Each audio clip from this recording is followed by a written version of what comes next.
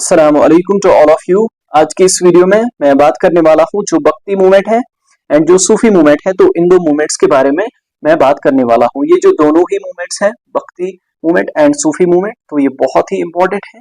इनसे रिलेटेड पहले ही क्वेश्चंस जो हैं वो पूछे गए हैं एंड आगे भी चांसेस है कि इसके बारे में क्वेश्चंस पूछे जा सकते हैं। तो इन दोनों ही मूवमेंट्स को आप बहुत अच्छे से पढ़ेंगे। सबसे पहले बख्ती मूवमेंट, तो ये इंपॉर्टेंट मूवमेंट है। भक्ति का मतलब होता है डिवोशन टू गॉड, के मतलब जो गॉड है उसके टुवर्ड्स हमें हमेशा लॉयल रहना है, बस उसी का मानना है, भटकना नहीं है। इसके डेफिनेशन की बात करें, जो भक्ति मूवमेंट है ये एक इंपॉर्टेंट हिस्टोरिकल और रिलीजियस मूवमेंट थी मिडिवल हिंदुइज्म में। मिडिवल हिंदुइज्म में मतलब जो 7th 8th सेंचुरी है, तो इसी टाइम पीरियड से इनकी शुरुआत हुई थी या स्टार्टिंग पॉइंट इसी से हुई थी इस भक्ति मूवमेंट की। तो ये मिडिवल हिंदुइज्म में एक बहुत ही इंपॉर्टेंट रिलीजियस मूवमेंट थी जो कि रिफॉर्म लाना चाहती थी सोसाइटी में। एंड ये रिफॉर्म क्यों लाना चाहती थी? क्योंकि उस टाइम पे हम देखते हैं कि जो हिंदुइज्म है उसमें बहुत रिजिडिटी थी, जो कास्ट सिस्टम था, जो वर्ण सिस्टम था, तो उसकी वजह से हिंदुइज्म में बहुत रिजिडिटी थी, जिसकी वजह से ये चाहते थे, जो लोग हैं वो चाहते थे कि इसमें हमें रिफॉर्म करने की जरूरत है।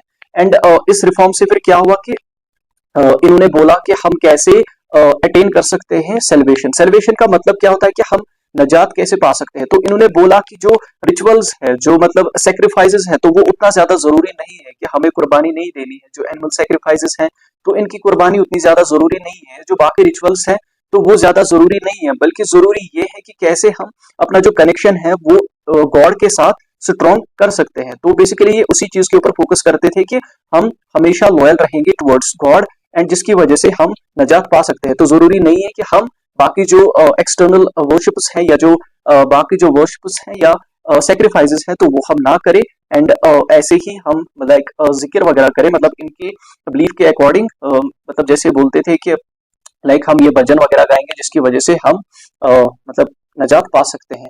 तो ये जो मूवमेंट है ये कहाँ से स्टार्ट हुई? साउथ इंडिया में स्टार्ट हुई एंड फिर ये स्प्रेड हुई नॉर्थ में। एंड ये किस चीज के ऊपर ज्यादा फोकस करते हैं कि जो इंडिविजुअल है उसका कनेक्शन जो है गॉड के साथ तो वो स्ट्रॉन्ग होना चाहिए। तो उसके बाद ये क्यों इमर्ज हुआ, इसके रीजंस क्या थे? तो बहुत सारे इवल्स आ गए थे हिंदुइज्म में, मतलब टाइम के साथ साथ लाइक बहुत सारे इवल्स आ गए थे हिंदुइज्म में, जिसकी वजह से इनको ये जो भक्ति मूवमेंट है तो ये लानी पड़ी, या इसका इमर्जेंस हम इसी वजह से देखते हैं। जैसे सबसे पहले जो है दैट्स कास्ट सिस्टम। तो कास्ट सिस्टम वहां पे अरूज पे था कि जो मतलब जो शूद्रास वगैरह है, जो लो कास्ट के लोग हैं, उनको मंदिरों में नहीं जाने देते थे, उनको इबादत करने नहीं देते थे। तो वो बोलते थे कि हमारा भी तो हक है। तो बेसिकली जो मतलब ब्राह्मण्स वगैरह है वो उनको एंटर नहीं करने देते थे, तो जिसकी वजह से ये जो भक्ति मूवमेंट है वो आई। इसके बाद कुछ इररिलेवेंट रिचुअल्स थे या बाकी रिलीजियस प्रैक्टिसेस थे, जैसे ये सेक्रीफाइसेस वगैरह है या ब्लाइंड फेथ जो है, जो सुपरस्टिशियस प्रैक्टिसेस है, बिल्ली ने रास्ता काटा या कांच का गिरना, तो वो अपशगुन माना जाता है। तो ये जो चीजें हैं ये इनको रिजेक्ट करते थे, ठीक है। तो इसी की वजह से ये जो भक्ति मूवमेंट है तो ये मतलब वजूद में आई। उसके बाद जो भक्ति मूवमेंट है साउथ इंडिया में, तो वो दो ग्रुप्स में डिवाइडेड थी। पहला जो ग्रुप था दैट्स नयानार्स। नयानार्स किनको कहते हैं? Worshippers of Shiva. तो शिवा के जो वर्शिपर्स होते हैं तो उनको कहते थे नयानार्स। एंड जो अलवार्स है वो किसके वर्शिपर्स होते थे? विष्णु के। तो बेसिकली ये जो शिवा विष्णु जो है तो ये हिंदुइज्म के गॉड्स हैं। उसके बाद इनके ओरिजिन की बात करें, जो भक्ति मूवमेंट है इसके ओरिजिन की बात करें, ये स्टार्ट हुआ साउथ इंडिया में अराउंड 7th सेंचुरी सीई में। एंड जो पॉइंट्स थे लाइक अलवार्स एंड नयनार्स, यही जो वर्शिपर्स थे शिवा एंड विष्णु के, तो इन्होंने बोला कि कैसे हम गॉड के साथ जो है जो ये विष्णु है, शिवा है, तो इनके साथ अपना जो कनेक्शन है उसको कैसे ज्यादा से ज्यादा स्ट्रॉन्ग कर सकते हैं। ओके, तो उसके बाद इनकी ग्रोथ की बात करें, जो भक्ति मूवमेंट है इसके ग्रोथ की अगर बात करें, ये जो मूवमेंट है तो ये पहले तो मैंने बोला कि ये साउथ में स्टार्ट हुई थी, उसके बाद ये नॉर्थ में फैल गई एंड बहुत तेजी से फैल गई। एंड कुछ सेंट्स थे, कुछ जो भक्ति सेंट्स थे लाइक कबीर थे या जो मीराबाई थी या जो तुलसीदास थे, तो उन्होंने इसको लाइक बहुत ज्यादा फैलाया एंड इनका इन्फ्लुएंस जो है वो फिर लोगों के ऊपर पड़ा, इनका असर लोगों के ऊपर पड़ा। तो इन्होंने प्रमोट किया कि जो डिवोशनल वर्शिप है लाइक भक्ति के मतलब हमें लॉयल ही रहना है। जरूरी नहीं कि हम बाकी प्रैक्टिसेस वगैरह जो वर्शिपर्स है, जो सेक्रीफाइसेस है वो करें, तो जरूरी है कि हम मतलब हमेशा लॉयल रहे टुवर्ड्स गॉड। तो इन्होंने बोला ऐसे ही हम सेलिब्रेशन प्राप्त कर सकते हैं, जो नजात है तो वो हमें ऐसे ही मिलेगी, जरूरी नहीं है कि हम बाकी वर्शिप्स करें। तो मतलब इनका कास्ट अगर कुछ भी हो तो ये मतलब यही जो भक्ति मूवमेंट जो है या जो भक्तिज्म है तो इसको फॉलो करते थे एंड बोलते थे कि जो कोई भी लोग है चाहे वो किसी भी कास्ट का हो तो वो नजात पा सकता है, मतलब इसी मोहब्बत के जरिए से। एंड गॉड के टुवर्ड्स लॉयल रहने से वो नजात पा सकता है। तो इसके प्रिंसिपल्स की बात करें कि इन प्रिंसिपल्स पे ये बेस्ड है, या इस जो भक्ति मूवमेंट है इसके क्या प्रिंसिपल्स थे। तो सबसे पहले जो इसका प्रिंसिपल है दैट्स गॉड इज वन, जो अल्लाह ताला है या जो इनके अकॉर्डिंग जो गॉड है तो वो एक ही है।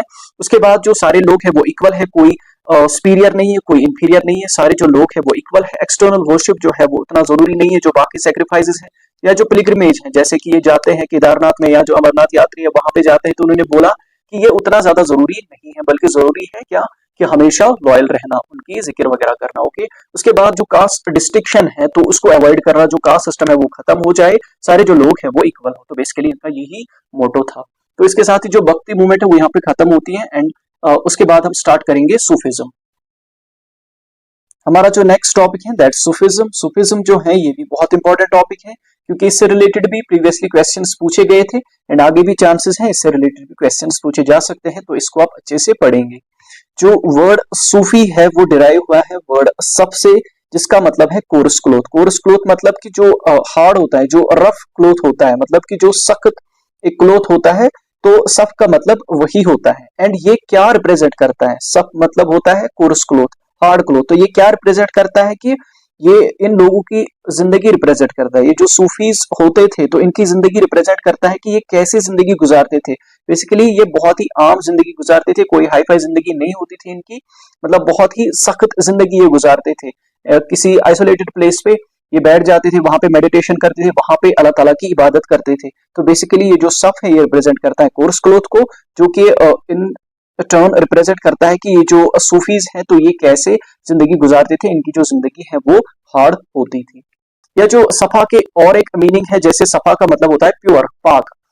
इसके डेफिनेशन की बात करें, जो सूफीज्म है, सूफीज्म का क्या मतलब है कि ये जो इस्लामिक लाइफ है इसका मिस्टिकल इंटरप्रिटेशन, ये मतलब इनका भी यही था कि जो एक्सटर्नल वर्शिप्स है तो उनके ऊपर ज्यादा फोकस ना करके जो अपना कनेक्शन है, जो अपना स्पिरिचुअल कनेक्शन है अल्लाह ताला के साथ, तो इसको स्ट्रॉन्ग करना। तो वो हम कैसे कर सकते हैं कि लाइक हमें जिक्र वगैरह करनी है, हमें जो हमारा माइंड है, अगर हम मतलब वर्शिप करते हैं, ऐसा ना हो कि हमारा जो माइंड है वो कहीं और जगह पे हो एंड जो फिजिकल बॉडी है वो हम उससे हम इबादत कर रहे हो। तो बेसिकली इनका ये था कि हमारा जो माइंड है, जब हम वर्शिप करें तो जो हमारा माइंड है वो कंसंट्रेटेड होना चाहिए कि हम किसके लिए इबादत कर रहे हैं, हम किसके टुवर्ड्स झुक रहे हैं।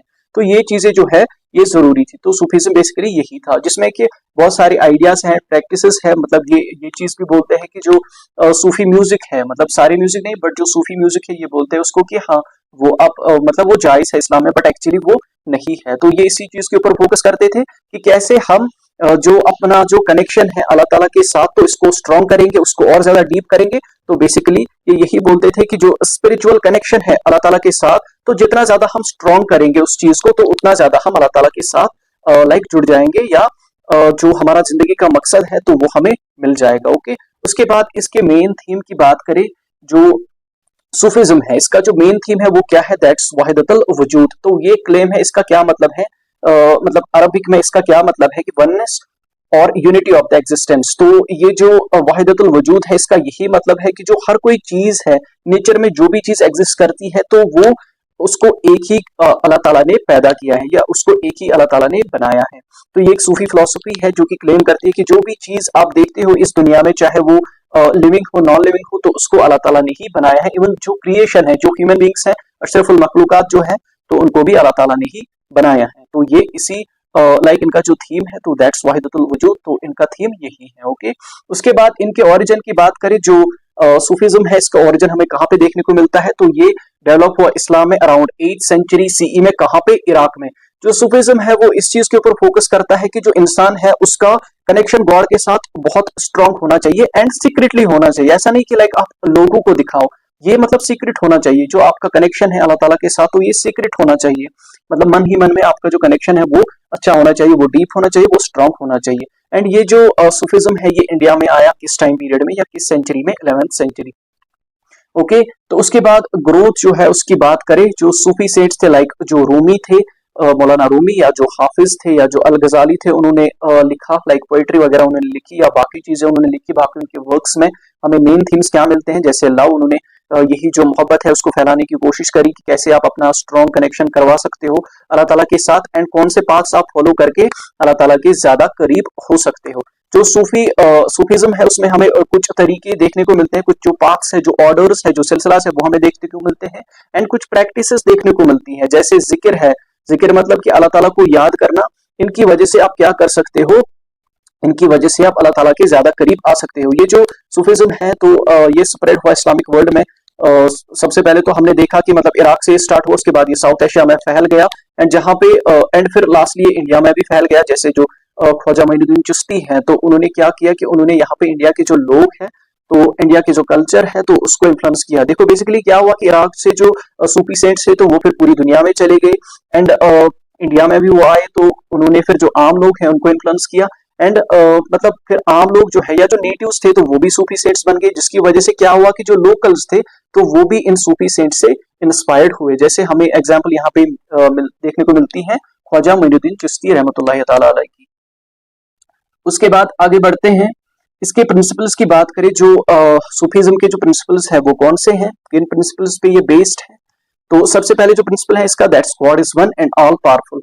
तो जो गॉड है, जो अल्लाह ताला है, वो एक ही है एंड सबसे पावरफुल है। उसके बाद सेकंड प्रिंसिपल की बात करें वो क्या है, that's tolerance for other religions, कि हमें जो बाकी जो रिलीजन्स है तो उनके टुवर्ड्स टॉलरेंस दिखानी चाहिए, कि हमें मतलब बर्दाश्त उनको भी करना चाहिए, ऐसा नहीं कि लाइक हम उनको ऐसे ही मार दें।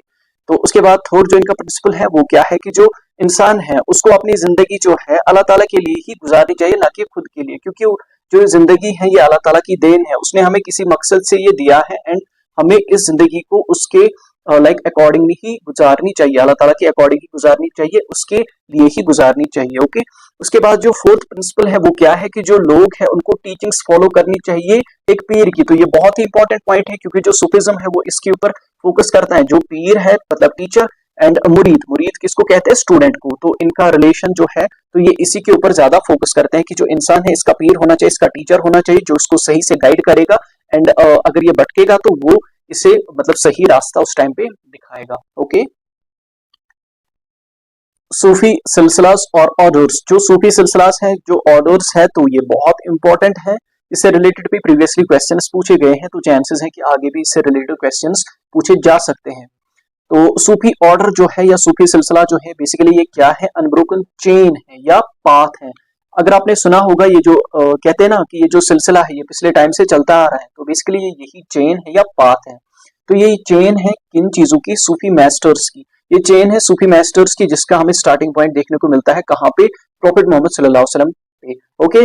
तो मैंने अभी थोड़ी देर पहले एक चीज बताई थी कि ये जो सूफिज्म है तो इसका प्रिंसिपल है एक कि आपको टीचिंग्स किसकी फॉलो करनी पड़ेगी, पीर की, एंड जो स्टूडेंट होगा उसका तो वो कौन होता है, मुरीद। तो जो मुरीद है इसका कोई टीचर है जिसको कहते हैं पीर। ओके। बट ये जो पीर है ये कभी स्टूडेंट रहा होगा, ये कभी मुरीद रहा होगा, इसका कोई और पीर रहा होगा। तो ऐसे अगर हम पीछे जाए तो हमें देखने को मिलता है कि हम पहुंचते हैं प्रॉफिट मोहम्मद सल्लल्लाहु अलैहि वसल्लम पे। ओके। तो बेसिकली ये जो चेन है इसका जो स्टार्टिंग पॉइंट है तो वो हमें प्रॉफिट मोहम्मद सल्लल्लाहु अलैहि वसल्लम से ही देखने को मिलती है। तो जैसे कि जो प्रॉफिट मोहम्मद सल्लल्लाहु अलैहि वसल्लम है तो उनकी जो टीचिंग्स फॉलो करी वो किसने करी, सहाबा ने। मतलब जिन्होंने सहाबाज ने क्या किया, उन्होंने देखा प्रॉफिट मोहम्मद सल्लल्लाहु अलैहि वसल्लम को, एंड उनकी जो टीचिंग्स हैं उनको अप्लाई किया। तो बेसिकली यही सहाबा जो है तो वो उन्हीं को कहते हैं जिन्होंने प्रॉफिट मोहम्मद सल्लल्लाहु अलैहि वसल्लम को देखा एंड उनकी जो टीचिंग्स हैं उनको फॉलो किया। उसके बाद जो आते हैं दैट्स ताबीन, जिन्होंने जो सहाबाज हैं उनको देखा, उनकी टीचिंग्स फॉलो की। तो उसके बाद आते हैं ऐसे ही तवा ताबीन, तो उसके बाद आते हैं ऐसे ही औलिया। तो ये जो चेन है ये फिर मतलब आगे आगे को जाती है। बट अगर हम पीछे जाए इसका जो स्टार्टिंग पॉइंट है वो हमें प्रॉफिट मोहम्मद सल्लल्लाहु अलैहि वसल्लम पे देखने को मिलता है। ये जो चेन है ये किस चीज की चेन है, ये मोहब्बत की चेन है। या पाथ किसका है, मोहब्बत का पाथ है, ब्रदरहुड का पाथ है। एंड बहुत सारे इसमें सीक्रेट्स हैं जो कि उसी को बेनिफिट देते हैं। मतलब ये जो पाथ फॉलो करेगा तो ये उसी को बेनिफिट देते हैं जो कि अल्लाह ताला की सर्च में निकलता है। ठीक है।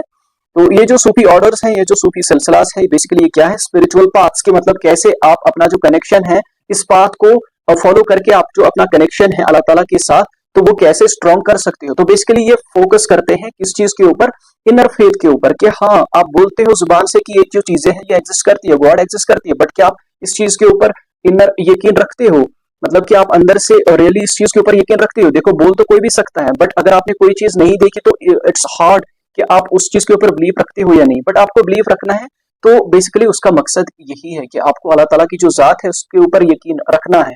तो ये यही चीज हमें सिखाता है। तो ये जो पाथ है ये हमें यही चीज सिखाता है। तो ईच जो ऑर्डर है, ईच जो सिलसिला है, उसमें कुछ स्पेसिफिक प्रैक्टिसेस है, टीचिंग्स हैं जो कि आपको मिली है, जो कि हमें मिली है स्पिरिचुअल लीडर से, मतलब कि प्रॉफेट मोहम्मद सल्लल्लाहु अलैहि वसल्लम के बाद जो सहाबाज थे, तो मतलब ऐसे ही ये जो टीचिंग्स है वो आगे बढ़ती गई, तो उन्होंने मतलब उसमें कुछ ऐड ऐसे किया, तो उसके बाद ये जो टीचिंग्स है तो ये हमारे पास आई है। इसका जो स्टार्टिंग पॉइंट है वो हमें कहाँ पे मिलता है, प्रॉफेट मोहम्मद सल्लल्लाहु अलैहि वसल्लम के, मतलब प्रॉफेट मोहम्मद सल्लल्लाहु अलैहि वसल्लम पे हमें इसका जो सॉरी स्टार्टिंग पॉइंट है वो हमें मिलता है। तो आई गेस जो सूफी सिलसिला है या जो ऑर्डर है वो आपको क्लियर है, क्योंकि इसके ऊपर जो बच्चे हैं उनको कंफ्यूज रहता है, इनको इसके रिलेटेड डाउट रहता है कि ये क्या है, इसकी डेफिनेशन वगैरह क्या है। तो आई गेस जो सूफी सिलसिला है, जो सूफी ऑर्डर है, तो वो आपको अच्छे से अब क्लियर हो गया होगा। उसके बाद चार जो सूफी ऑर्डर्स हैं इंडिया में, जो इंपॉर्टेंट 4 सूफी ऑर्डर्स हैं इंडिया में, तो उनको हम डिस्कस करेंगे वो क्या है, एंड इस चीज को आप जरूरी याद रखोगे। तो फर्स्ट ऑफ ऑल क्या है, दैट्स चिश्ती, चिश्ती ऑर्डर। तो इसको फाउंड किया था अबू इसहाक शामी रहमतुल्लाहि ताला अलैह ने।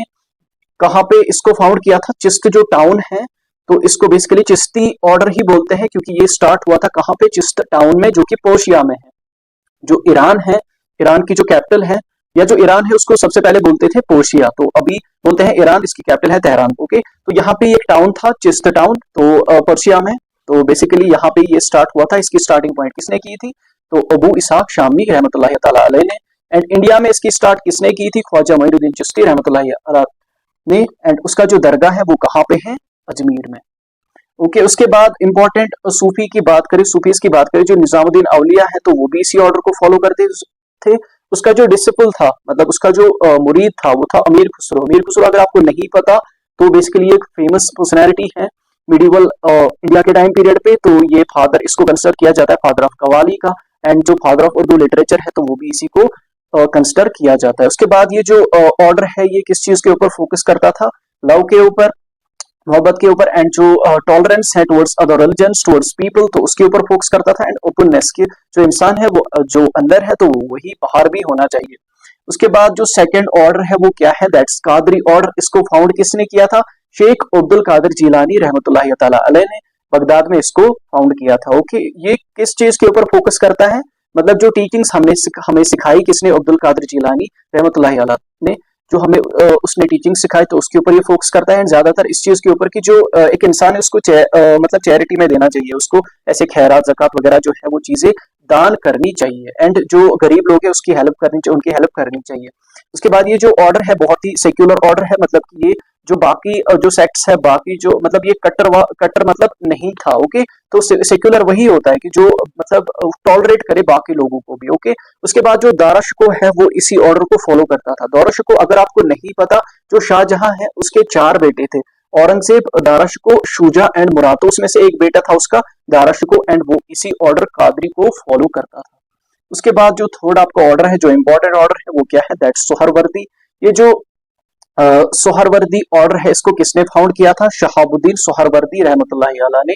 कहाँ पे, बगदाद में। एंड इसको इंट्रोड्यूस किसने किया था इंडिया में, शेख बहादुद्दीन जकरिया रहमतुल्लाहि ताला अलैह ने।